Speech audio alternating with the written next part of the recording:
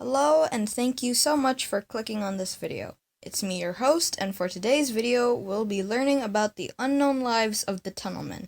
Just a quick note if you aren't subscribed yet. If you haven't already, please subscribe to our channel. We are almost at 1K, and we would really appreciate it if you helped us reach that goal. Thank you!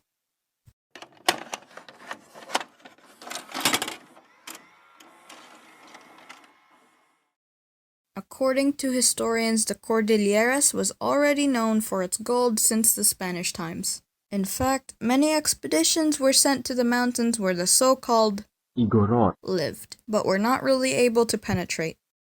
Through the centuries, as other colonizers came in, like the Americans, there were stories of them coming to our land in search of gold. This land was teeming of this valuable metal that the natives themselves mined, although in a crude manner, digging small tunnels using crude tools aside from the age-old panning by the rivers. Our forefathers found so many ways to mine this precious metal that they passed this tradition to their sons and grandsons. These are now called pocket miners because they burrow through the mountainside following the telltale signs of gold that lies within. They could go as deep as 50 meters with only about a 3 feet diameter tunnel depending on the gold vein they are following. It takes a lot of courage, determination, skill, bravado, strength, and a gung-ho type of character in order to do this. Aside from these pocket miners who still thrive to this day, there were many Cordillerans coming from many parts of the region. Not only Benguet have been employed by the mining firms like Lepanto Mines Incorporated, Philex Mines Incorporated, Akupen Mines, and so on. These miners were more of the commercial type, as they used modern equipment in digging gold from their tunnels. At any rate, however, both types of miners thrived within the tunnels. They'd get inside of them, stay there for 8 hours or so, sniff the dust, bear the heat, and the coldness of the earth. Not many can survive doing this alone. In fact, there were miners who died inside their pocket mines scratching the dust of the earth in search of the elusive gold.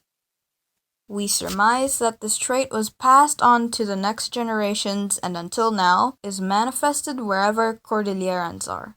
Talk about cellular memory, but we are a brood known for bravery. Many accounts hold that we have warrior-like characteristics needed during harsh times like wars and tragedies. But we are also called for to help contribute to the progress of other countries through their infrastructure program, knowing that our brothers can survive the most difficult jobs hereabouts without complaining. Much more so, they can brave the unknown and scratch and dig and create tunnels. Such tunnels have also been built in our region. The 2 tunnels in Tuba, the half-tunnel carved from the Rocky Mountain in Mount Dada, Mount Province, and the mini-tunnel in Sabagan, Mount Province.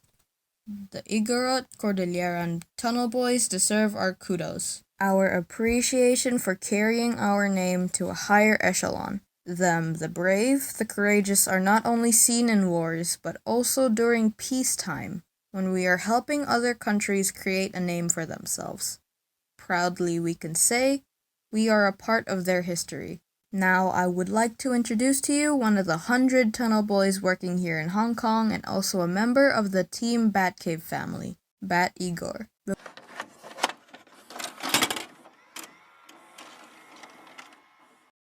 Before he came to work in Hong Kong, he had worked in Taiwan and South Africa as a machine operator on tunneling projects in these places. He and other tunnel boys from the Cordilleras, as I have mentioned earlier, had been and still are instrumental in the construction of these huge infrastructure projects of the mass transit railway.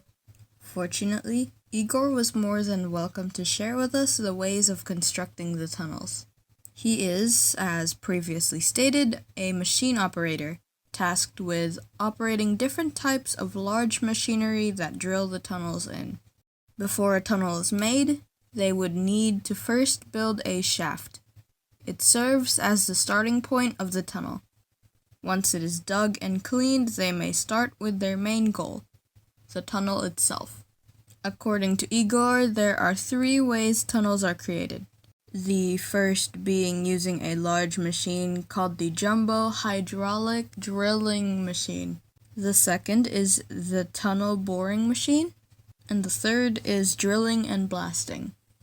The third method, drilling and blasting, is the most interesting and most dangerous method amongst all three. First, they would drill a hole into the earth. Afterwards, they'd stuff a dynamite-looking explosive inside. After everyone steers clear from the blast radius, they light the string attached to it.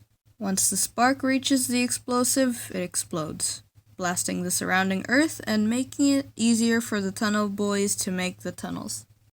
This is the tunnel boring machine. They use this machine to prevent damage to the buildings above the soon-to-be tunnel. Using the rotating cutting wheel, it breaks the material apart for the tunnel. It's then transferred to a conveyor belt while the machine continues forward. And over here is the jumbo hydraulic drilling machine I had mentioned earlier. Afterwards, I assume they use different measures to stabilize the tunnel, such as this canopy, these arc ribs, and the shotcrete, all of which help the soil and loose material of the earth stay in place.